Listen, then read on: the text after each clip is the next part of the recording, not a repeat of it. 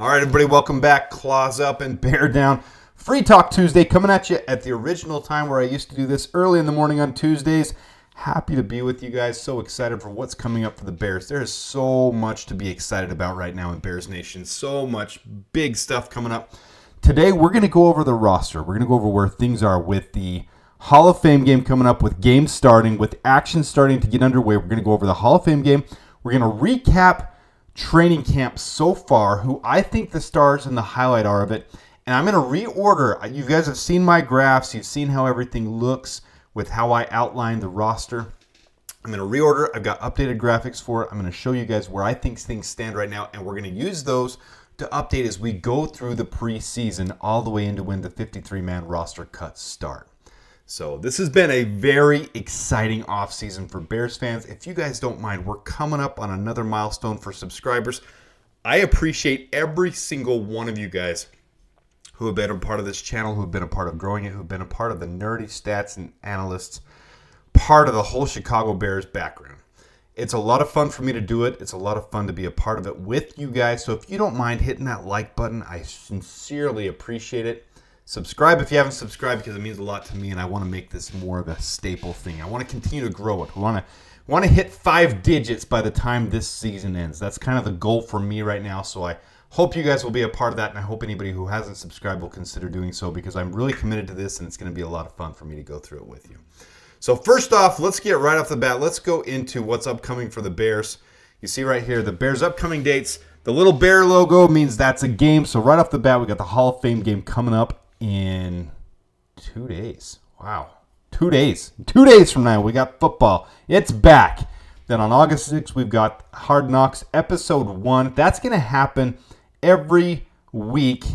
August 6th, is that a Tuesday? I think it's Tuesdays. Every Tuesday until September 3rd when the 5th episode hits. So you'll have Episode 1 there on the 6th, then the Bears' first, second, whatever you want to call it, preseason game.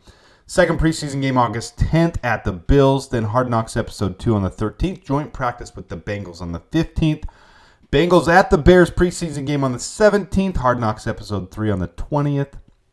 Bears at Chiefs on the 22nd. 53-man roster cut down deadline is the 27th. That's a date a lot of you might not have known. That is when the 53-man roster is cut down, is the 27th. So we'll do a lot of things leading up to that, and we'll let you guys know what happens exactly when that happens. Hard Knocks final episode on HBO happens September 3rd. Oh, episode 4 is the same day as Cutdowns, and then September 3rd, the final episode. Then that little line there signifies we are into the season. Season opener, home versus the Titans, September 8th. As you guys know, as you followed me, any rookie in the first round that plays the very first game of their rookie year does not win. It doesn't happen with Andrew Luck. It doesn't happen with C.J. Stroud. It doesn't happen with any rookie. So this is a year that Caleb Williams could smash those records, could smash everything that has to do with being a rookie quarterback, being a Bears quarterback. This is a special year for him, despite what all the Packers fans are saying. Man, they're annoying out there. What I've deduced from all of that is they are threatened by us. Yep, put the puke emojis up there. Put the cheese emojis. Let those guys know how disgusting they are as a fan base. I'm so freaking sick of Packers fans right now. They're out there recycling, regurgitating all the things about Caleb Williams, all the rumors that we came to learn, the media, the Los Angeles media especially, all the narratives that were out there about Caleb Williams. We've dispelled all those things. We've gone through them. We were suckers. We were victims to it too as we were going through it, mostly because the whole Justin Fields, Caleb Williams thing. Man, did we not make the right decision? Oof. Nothing against Justin Fields. I still hold firm, guys. He is going to be an ascending quarterback who becomes an above-average quarterback in this league. Caleb Williams right now, the hype is real. He's being compared to Pat Mahomes, being compared to Aaron Rodgers, being compared to the greats because of his knowledge of the game and what he's showing so far in camp. We'll get into that. But we made the right decision. But those Packers fans out there, they just continue, and it's because they're threatened. They are threatened. They know they just signed a bust of a quarterback to a long extension. Guys, you don't have to believe me yet. Let's let the season roll out. But any way you slice it, even if you don't think Jordan Love is a bust, 8 games in a season, squeaking into the playoffs at 9-7 when they were statistically proven to be the most lucky team in the NFL last year, that doesn't deserve $55 million a year. That is absolutely asinine. I think it's finally time that the Packers have made a mistake of a decision where the Bears can pounce on it and take this division for the next decade to come. It's going to be really fun to watch how this falls out. All right, so let's get into the roster. Limited time here. I do want to keep this episode shorter. Thanks for tuning in. I appreciate it. Please hit the like button if you haven't. Onto the team. Let's get into this team and where we stand right now. So right here, first, let's go into last year's 53-man roster. With the 53-man roster looming ahead of us with the cutdowns, look at the roster from last year. This is what we had. This is just to give a reminder. August 29th of last year was the roster cutdowns. This is what we had on the team for our 53-man roster. Justin Fields, Tyson Bagent. Running backs, we had Deonta Foreman, Khalil Herbert, Travis Homer, Roshan Johnson, Kerry Blasingame. Receivers, DJ Moore, Chase Claypool, Darnell Mooney, Velus Jones, Tyler Scott, Equanimous St. Brown. Man, look at that alone, how much that changed the receiver room. Tight ends, Cole Kmet, Robert Tonyan, Mercedes Lewis. Offensive linemen, Braxton Jones, Nate Davis, Darnell Wright, Dan Feeney, Tevin Jenkins, Larry Borum, Terry Carter, Doug Kramer, Lucas Patrick, Cody Whitehair. I know a lot of fans, including myself, still want to see the line upgraded a little bit more, but look at that line from last year and look at where we stand already this year. Now, we'll go through it, but it is significantly better. Linebackers, Tremaine Edmonds, TJ Edwards, Jack Sanborn, Noah Sewell, Dylan Cole. Defensive linemen, Andrew Billings, Gervon Dexter, Rasheem Green, Justin Jones, Terrell Lewis, Yannick Ngakoue, Zach Pickens, Dominic Robinson, DeMarcus Walker. Cornerbacks, Jalen Johnson, Kyler Gordon, Jalen Jones, Tyreek Stevenson, Josh Blackwell, Terrell Smith. Safeties, Jaquan Brisker, Eddie Jackson, AJ Thomas, Elijah Hicks.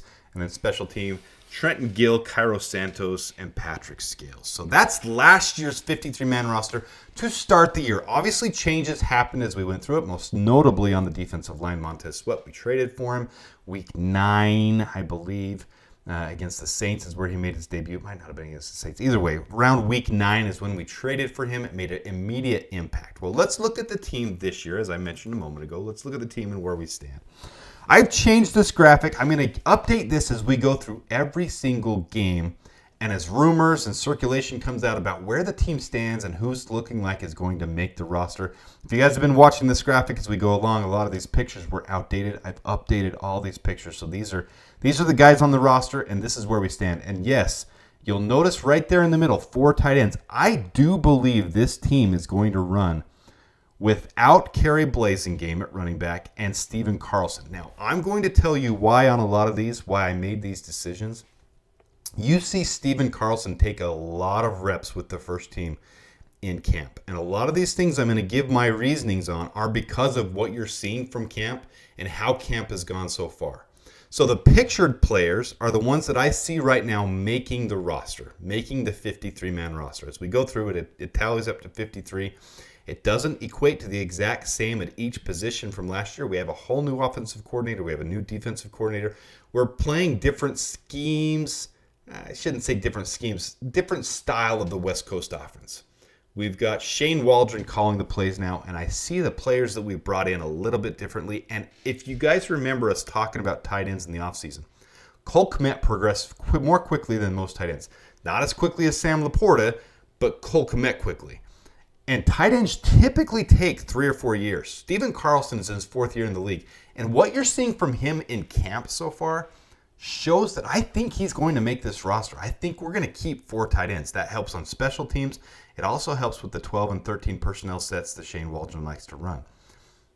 We'll see what happens because we've got such a stacked wide receiver room. That is a hard thing to determine at this point.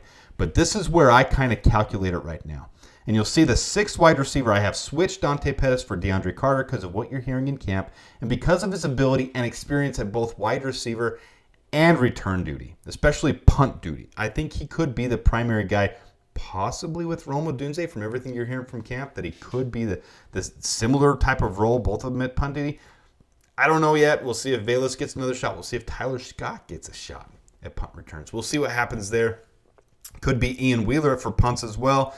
And they say at the bottom, I do have 5 running backs making the team. None of them carry Blasingame. Last year was 5, but one was a fullback carry Blasingame. I think Travis Homer we keep for his special teams ability, and Ian Wheeler the same, but not as much as a coverage or a blocking running back. Ian Wheeler more for his return ability. If you guys didn't see my video on Ian Wheeler, Go check it out. Good video on Ian Wheeler. The highlights on there alone are worth watching. He's going to be someone I think absolutely makes the 53-man roster. The rumors you're hearing, guys, I think it's just people getting bored with the offseason at this point, waiting for the games. I think you'll start to see those rumors die down. We'll address some of those today, but Braxton Jones not being good enough, we're going to hit that one square in the head. Tristan Wirfs, there's no shot Tristan Wirfs is coming to Chicago. They're going to figure it out in Tampa Bay. His team is probably leveraging with the Buccaneers. But either way, the Bears aren't in a position. They're not going to go and trade for Tristan Wirfs, trade that draft capital when we've rebuilt so well and we're in such a position to be able to take care of this team long-term with good contracts to be able to go and do that. And I don't think he's on the table anyways. But Braxton Jones has played extremely well. We're going to get into what was said, but Austin Booker, if you didn't hit his press conference, there's so many good press conferences this year. Just go to the Bears page on YouTube. Go check out their press conferences. Tyler Scott, Velus Jones, Austin Booker, Tyson Bagents was a really good interview. These are just recent ones. Go check them out. But Austin Booker, when they talked to him about his experience so far and who's been the most difficult to go against, he said it was Braxton Jones. He said Braxton Jones was one of the 3 hardest he's ever come up across. Braxton Jones was one of the highest graded pass block efficiency, pass block win rate, run block win rate in the entire league. So we'll get into that. But this is who I see right now in our playmakers. Let's get into the line. So right now, I'm not the biggest Tyree Carter fan. I think you guys know that. You've seen that. But as it stands right now, Larry Borom has taken some reps, but that's mostly because of injury at this point. Braxton Jones being out a little bit. Kieran Amagaji, as we know, isn't available at all. I'm hoping he comes back soon because, as Matt Eberflus has talked about, the best ability is the availability, but they also knew about Kieran. That was well documented all the way back to when they drafted him. They knew about his injuries. They knew what he was going through. They knew that he would take time to recover. They were hoping he'd be ready by training camp. Hasn't been the case so far, but hopefully he recovers soon so we can get that experience because it's going to be valuable. But he was always meant to be like a red shirt type of guy. They even mentioned early on when they drafted him that he would be, and this is Matt Eberflus that said this directly, he would be someone they hope develops into a swing tackle this year. That's kind of what they were hoping for. Right now, Larry Borom has got a lot of those reps, but he played so poorly last year. Even with him getting reps, I can't imagine him making this roster with Matt Pryor, who's played excellent at guard and tackle. Ja'Tyre Carter playing decent last year at guard. To me, definitely not the guy you want filling in. That'd be more of a Ryan Bates, and I think that's exactly what's lining up. As you saw Nate Davis get injured, Coleman Shelton came in at center, and Ryan Bates moved over on the day that Ryan Bates was starting at center. They shifted over. Obviously, a lot of this would be alleviated with Connor Williams. I will hit the obsessive Connor Williams watch today. He is still not signed. You heard him going up to Seattle, having a good physical, having a good meeting with them, and still is not signed. I don't know if that means he's wanting too much money. I'm not sure if that means he wants too much time on his contract, or if the Seahawks and him just can't agree on it. I don't know what the deal is there. I think with the situation we're in, we had 10 linemen last year. You saw I took 4 tight ends. Maybe Carlson doesn't make it, and if we sign Connor Williams, that alleviates all the stress and pressure of this line. It really does. Nate Davis, Ryan Bates, a lot more flexibility there. Coleman Shelton can be the backup center, who was a good center last year, 17th ranked in the league. Good center. Not ever a great center, but a good center. And I feel okay with Coleman Shelton starting at center. I feel okay with Ryan Bates if they determine that his 2 years of eligibility left on the team, the 2 years left on his contract, and he's playing well enough to start at center. I'd feel great about Connor Williams starting at center. That's how I would feel about it. But these are the 9 guys I have right now making the roster. That's where I see it standing. We'll probably take a 10th, who that is at this point. I don't see any of those guys. The thing is, I don't see any of the guys at the bottom being worthy of a 10th roster spot. And that's just how I view it. With Matt Pryor able to move between guard and tackle, with Ja'Tyre Carter being a decent guard, with Ryan Bates being able to flex between center and guard, really the biggest thing we need is a starting center. So that's where I have our offensive line as it stands right now. As we get into the defensive line and the special teams is over on the right. This is based off of how camp has gone. Okay? DeMarcus Walker, Andrew Billings, Gervon Dexter, Montez Sweat. Look below. A big surprise to me as I've talked to a couple other content creators, a couple other people who have been at camp. Dominique Robinson has been getting some reps, as well as DeMarcus Walker, on the inside defensive interior. That's interesting to me. That's very interesting to me. That combined with Andrew Billings and Gervon Dexter being 3-down defensive linemen, Gervon Dexter's absolutely been killing it this offseason. He's being talked about like crazy. I hope he lives up to the bill. Played very comparably to Jalen Carter the second half of the year last year. We'll get into him as well, but the physical difference and the play on the field so far with him taking this offseason, being able to shift his mindset. He said that's one of the biggest things this offseason was his mindset shift, being able to understand what's expected of him, being able to understand his role and adapt to an entire year. The mindset change for him is completely real. He looks, sounds, plays completely differently. He could be the solution to the 3-tech problem that we've been looking for. He absolutely can be a beast on this team. It's going to be fun to watch how he develops and see him as the season starts. He could absolutely be a force to be reckoned with. I'm very excited for that. Jacob Martin's been talked about as a 3-down back as well from Eric Washington. High praise for him.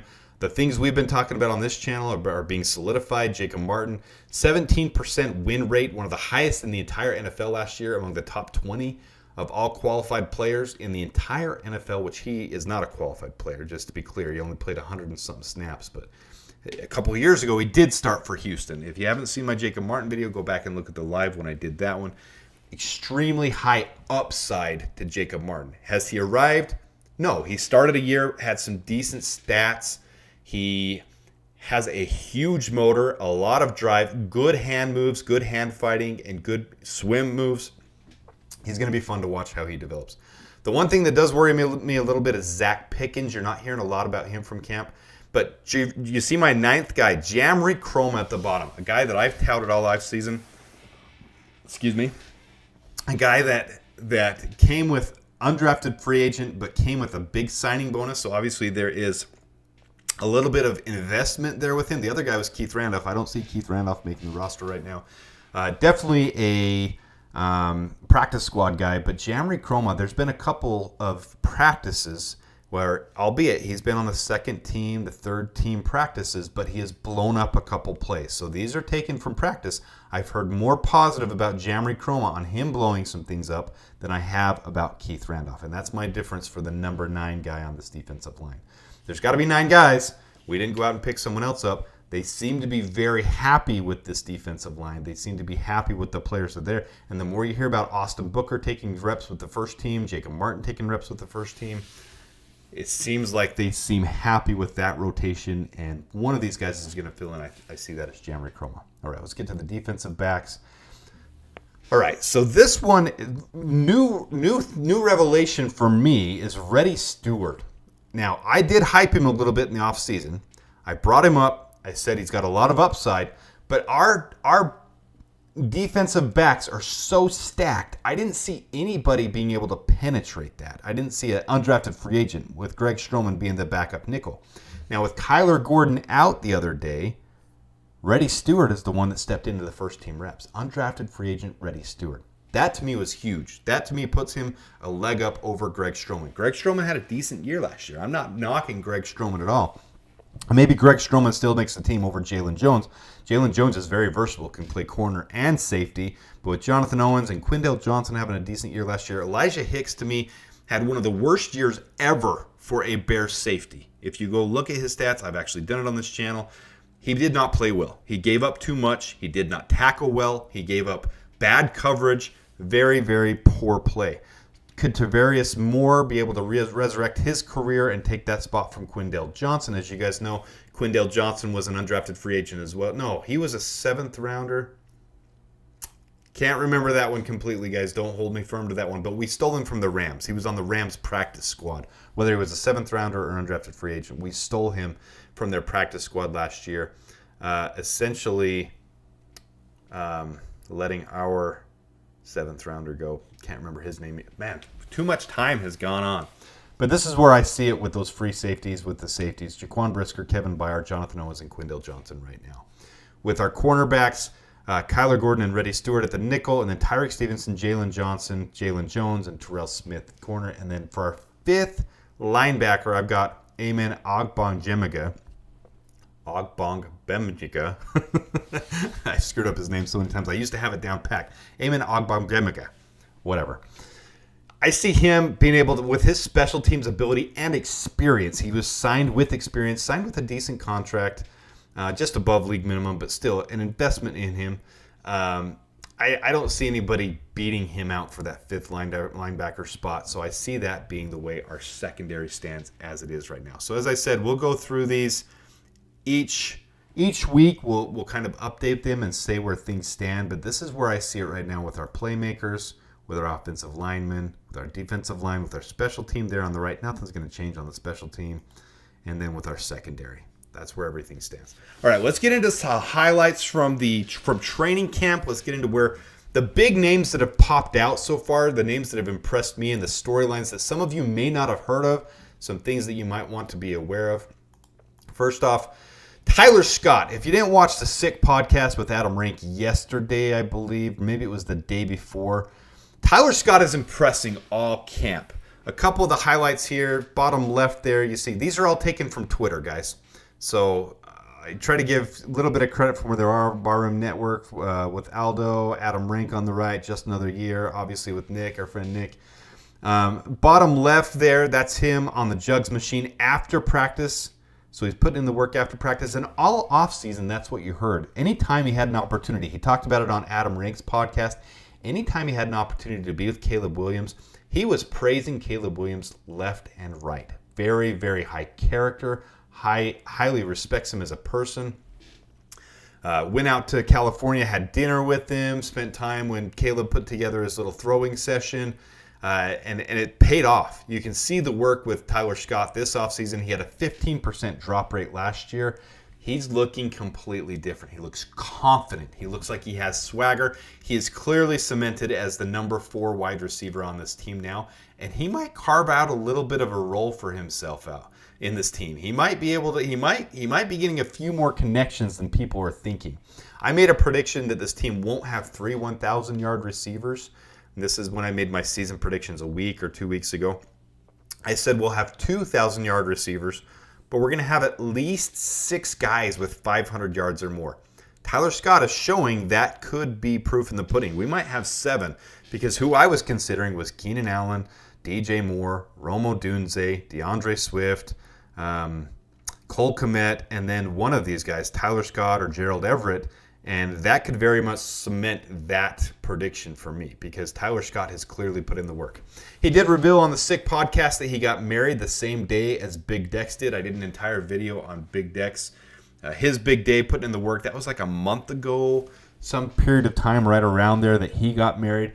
Congrats to Tyler Scott. Had nothing but excitement for that. That's very cool for him. Big step. He said he knows he found the right person. Very cool. The other thing right there in the middle, I know the writing is a little bit small, but I'll just explain to you. In his press conference, go listen to Tyler. He always sounds so professional. He sounds down to earth, intelligent, mature. I really, really like everything I see from Tyler Scott. But he talked about Shane Waldron's offense, and he wasn't putting Luke Getsy down, but if you read between the lines, you hear the put down of Luke Getsy. Everyone's realizing it. But he said there's differences in the way that Luke Getsy and Shane Waldron call their offenses. It's the same style of offense, both of them West Coast style. But he said Shane Waldron wants us to understand the play, understand how it should go. But in the NFL, it's not ever going to go the way you planned it. And it sounds like Luke Getsy only played on script, and it had to go exactly the way it was planned to go, and it had to be that way. With Shane Waldron, there's flexibility, and they understand the play schemes. They understand the plays better, so they know how to adapt to the play. That's so refreshing to hear as Bears fans, as we've seen and gone through last season with a team that should have, and thank goodness we didn't. Thank goodness we went 7-10 because we got Rome Odunze because of it. And any later, we wouldn't have got him in the draft. And with a 8-9, 9-8 record, heck, we could have made it into the playoffs. We wouldn't have got Rome Odunze. So little sacrifice for the long reward, guys. Little sacrifice, long reward. It's going to pay off this year. I truly believe we're fully going to the playoffs this year. I'm going to do an updated projection video later. That's going to come very soon. We did the projections when the schedule came out. I'm going to do an updated projections. You saw that Adam Rank did his projections. I think he had us going 12-5. I'm almost positive he did. I'm not that optimistic yet. There's some 50-50 games I'm worried about. I do have us going 10.5 wins. That's what I had before. I'm holding firm to that. And that's because of a couple 50-50 games. But you'll see it as I redo that. All right, the other news from Tyler Scott. He's going to be mic'd up for the Hall of Fame game. On Adam Rank's show, he kind of said, I don't know if they want, whatever. It's fine. For Hard Knocks, he's going to be mic'd up for the Hall of Fame game. Will there be more guys mic'd up for the Hall of Fame game? I don't know. We don't know. We'll see.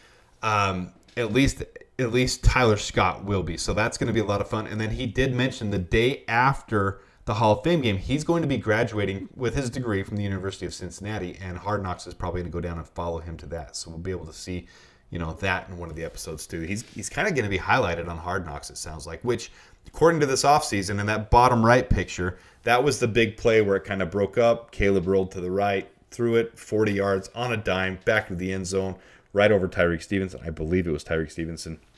I'm trying to go off memory here with this. I'm kind of spitballing a lot of this. That's what we do on Free Talk Tuesday. Doesn't matter who the defender was because Tyreek and Jalen Johnson are both locked down in this league. They're both going to be two of the very best. Threw it in the corner, nailed him. Perfect throw, perfect catch. And Tyler Scott gave all the credit to Caleb and said, he put that right on the dime. It was more of a good throw than a good catch by him, but it was perfect. So Tyler Scott's my first highlight of this offseason. I think he's kind of stood out as one of the main guys who has showed up to camp and really shown it. And all these guys, it's the same theme. These guys are focused and they spent the offseason focused. The next one and this one, look at the top left picture. I don't think a lot of people have seen this picture of Gervon Dexter. Look at his face from last year. I'm going to make this bigger just for a second. Look at that. Look at how thinned out he got. And it's muscle mass. He didn't lose all this weight. For those who haven't heard his diet program, he hired a personal chef. He gets massages. He's taking his craft extremely seriously. He means business. He's in marathon shape. He's talked about how he wants to go 4 quarters. And the guys who dominate in this league are the guys that can go into that 4th quarter and have the same stamina as the first quarter. I love it. I love hearing everything about Big Dex. He's doing so many good things this offseason. You see below there, talking about his last season, 17 pressures last year, was only 1 behind Jalen Carter. Really, he's been underappreciated so far, but he's motivated. He's only been playing football for 6 total years, and he didn't have clear definition his senior year at Florida how he should play as a defensive end. He's put in the time this offseason. That bottom right picture is him working out with Montez Sweat and a line coach during the entire offseason. He's put in the work, and then that middle picture right there from Chicago Football Connection, that's when he blew up the play where he was in the backfield right off the snap. His get-off is much quicker. Everyone's commenting about how he's much quicker, and so far everyone's saying he's the winner of the Bears offseason. So big things coming from Big Dex. I think everyone should be excited. I don't think we want any other 3-tech. If we could trade for a more experienced one, we've got a rookie contract with a guy that's showing every bit of explosiveness, every bit of putting the time and work into his craft. I think Big Dex is going to have a huge year. All right, next up, Caleb Williams. I didn't know if I wanted to highlight him because he's kind of the obvious number 1 overall pick, generational quarterback, the best quarterback since Andrew Luck, blah, blah, blah. But everything you're hearing about him is how special he is. Not just with his football ability, but his character, the way he rallies the team, the way he brings in the aspects of the city and getting the fan base hyped, and his maturity. Everything about him is special. Top left there, I'm bearing down, but he's quoting from, he was on the Speak ESPN network show, and this is what Keenan Allen talked about when they asked him about Caleb Williams. He said, I really compare him more to Justin Herbert. If anything, it's kind of deja vu. When Herbert started, it was the same thing. You get a young guy that's a rookie. He's just got to make his way. And if those who don't remember, Justin Herbert had a huge rookie year. He's got to go through those reps and see those looks and see them over and over and over again until he's comfortable with it. That's when he can turn into Aaron Rodgers and the Philly Phil. A lot of people want to know if, at bottom right, if Caleb Williams is going to play in the Hall of Fame game. Adam Rank on his podcast, I think it was Adam Rank. If I'm giving credit to the wrong guy, please forgive me. But they talked about how fitting that would be for Caleb Williams, who's supposed to be this generational quarterback whose career should end up in Canton, to have the opportunity to play the Hall of Fame game his rookie year and take his very first snap ever in Canton. That's actually pretty cool, the thought and process behind it. I think he said that on the CHGO podcast as a guest. I think they were together but either way, really, really cool. I think it would be neat. I hope he does. Reps are important. Caleb said in his press conference on the bottom right there that he would like to. It's not up to him. He respects his role. He respects the coaches. He's not trying to usurp anybody, but he thinks every rep is valuable, and he would like to take some reps. He would like to get as much experience as possible. I think it would be neat to see that, even if it's just for, we saw it last year as Bears fans. We saw Justin Fields throw 3 passes that were 0 forward yards, but then net huge yards when DJ and I believe it was Khalil Herbert took him to the house off of screen passes. I don't know if we need to see that. Maybe a handoff, maybe a screen pass, but then give him a 7-yard out throw. Give him a 15-yard throw. Give him something to be able to get a little experience on the first game. And then I understand it's the Hall of Fame game. You're on the field in Canton, but they've talked about how that used to be because there were activities on that field before the game. Now they've changed the scheduling around, and the game is on Thursday. The other activities happen later, so the field should be fine. That was a slip up. I wasn't cursing today, but the field should be fine. I'm all in favor of him getting as many reps as possible. If he can put in, they're talking about 50 to 55, 60. I'd like to see him put in 100 reps this offseason with 4 games. Maybe put 5, 6 in the Hall of Fame game, unless we don't get a first down on the first series. But give him a couple series in the Hall of Fame game. Then bring in Tyson Bagent, then let Austin Reed and let Brett Rippon do their thing. Second game, give him half of the first quarter. Then the third game, give him the entire first quarter. Then the last game, give him half the first quarter again, the entire first quarter. I want to see him get those reps. So that experience of having a rookie quarterback in his first year, drafted in the first round, doesn't ever win his first game, that experience can be where he's winning against the Titans. It's a prime opportunity. The Titans are a rebuilding offense. They did add some good weapons, but they've got a young line, a line that needs to come together even more than the Bears line. They need to come together. I think the Bears actually have a better line than the Titans, as hard as that is for a lot of people to believe. Our defense should feast on the Titans. Give him an easy opportunity to make his way at home at Soldier Field, make his way into the first win of the season, then have a good shot against the Texans, which is going to be a very tough game. But those reps are going to be valuable to get comfortable, to feel that, to be able to go through that. I'm hoping he gets an opportunity to. Other guys that I think were standouts, see in the middle there, Austin Booker, Braxton Jones, Tyreek Stevenson, Jacob Martin. We've kind of gone over them. Austin Booker, I'm going to bring this bigger so you guys can see the quote. This is from his press conference. If you didn't see Austin Booker's press conference, go listen to it. I'm going to continue to get better in the shadows, and they're not going to know what's coming. He is relishing on the fact that he was not drafted until the 5th round. He absolutely loves it. He's one of those guys that takes the motivation and he eats it and he fosters off of it. I love it. He's been getting some first-team reps, and it's very noticeable how well he's playing in camp.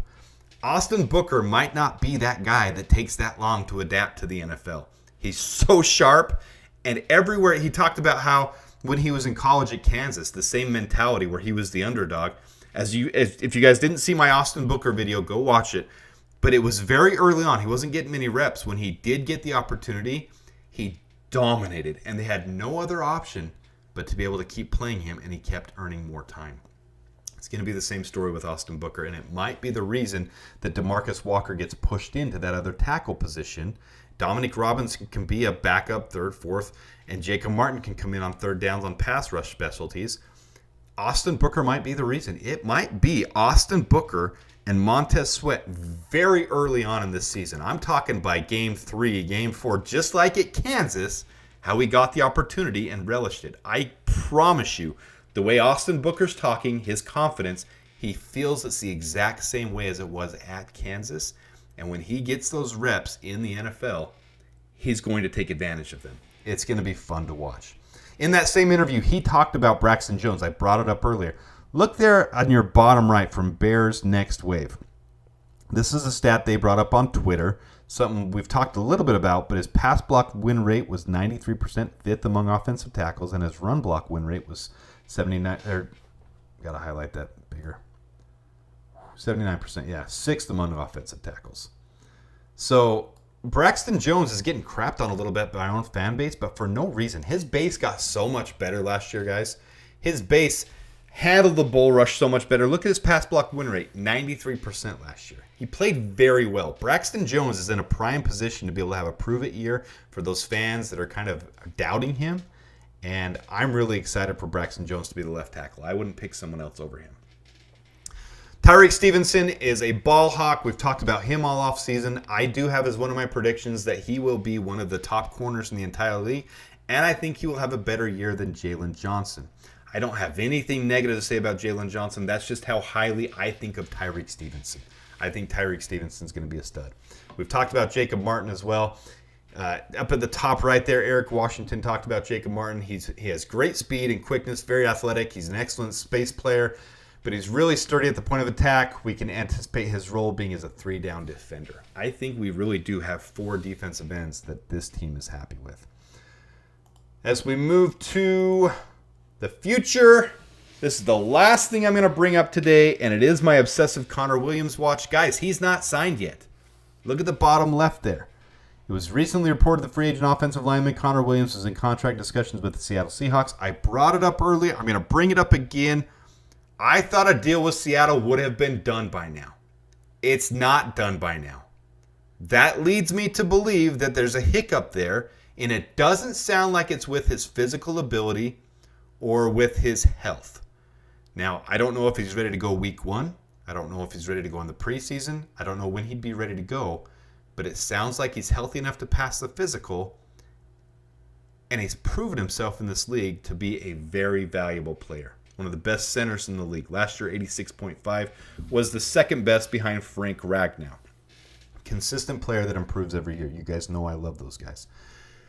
It would fix so many things on this line, being able to have flexibility with Ryan Bates. Now, Matt Eberflus did say that if Ryan Bates, or if Nate Davis is healthy, he is the starting right guard. He will start there. Over Ryan Bates, over any other situation, Nate Davis is his starter. I know we're a little fed up with it. Nate Davis has played very well when he does play. Keyword, when he does play. That's the frustrating part as Bears fans. You can't continually have injured players and have this situation go down. He sat out practice yesterday.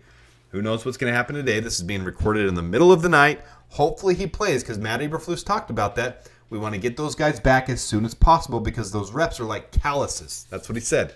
It's like calluses. These reps in the offseason are like calluses getting these guys ready for the season. I don't know if Nate Davis is lazy. I don't know if Nate Davis just has a switch where he goes on when the season comes on. I don't know. What I do know is he's not taking reps right now, and it's frustrating to Bears fans. Right now, Ryan Bates in his press conference seemed very impressive, and Bears fans love seeing what they see out of Ryan Bates. It's nice to have the flexibility. I know there's cap hit there. You can't just play the guys based off of their salary. We're not going to cut Nate Davis. He's not going to be off the team. He's a good player. Obviously, they've already said he's going to be the starter if he's available, but doesn't mean he has to start. Ryan Bates on a cheaper contract, $4 million, should play over Nate Davis if he's the better player. Connor Williams coming in brings that flexibility where Coleman Shelton can be the backup center. You can have Nate Davis and Ryan Bates competing for that other guard position. I just think this is worth exploring. Will Ryan Poles do it? I give it a slim to none, especially with what he said about being happy with where the roster is. We do have 91 on the 90-man roster with the exemption for Torrey Taylor. We can always cut a guy. We know that Dominique, the running back, was brought in just because of the Hall of Fame game and having some flexibility with Travis Homer and with Ian Wheeler being a little bit injured. There's guys we can cut to bring in Connor Williams. I think if the Bears have the opportunity, they should absolutely go and do it. That's what I think. Those are my 2 thoughts for today. This is Free Talk Tuesday, the last one before the Hall of Fame game. It's upon us, 2 days away, guys. Let me know your thoughts in the comments. If you haven't by now, please hit the like button. Please subscribe. I appreciate all you doing so. This is a great channel with a great community, with a great Bears community, and I appreciate every one of you guys. It's going to be fun to get into this offseason, or get into the season. As we get into the preseason, it's upon us now. We're going to do a lot of things, analyze the games, analyze how players did, analyze everything top to bottom. We are a stats and analysis channel. Hopefully there's a couple moves left, but as we narrow down the 53-man roster, we'll be right there with it for that. With that, I appreciate every one of you tuning in. Lots of big things coming. This is going to be a fun season, so stay tuned, stay with us. I'll bring a lot as we go along. Claws up, bear down, and as Caleb Williams says, dabears.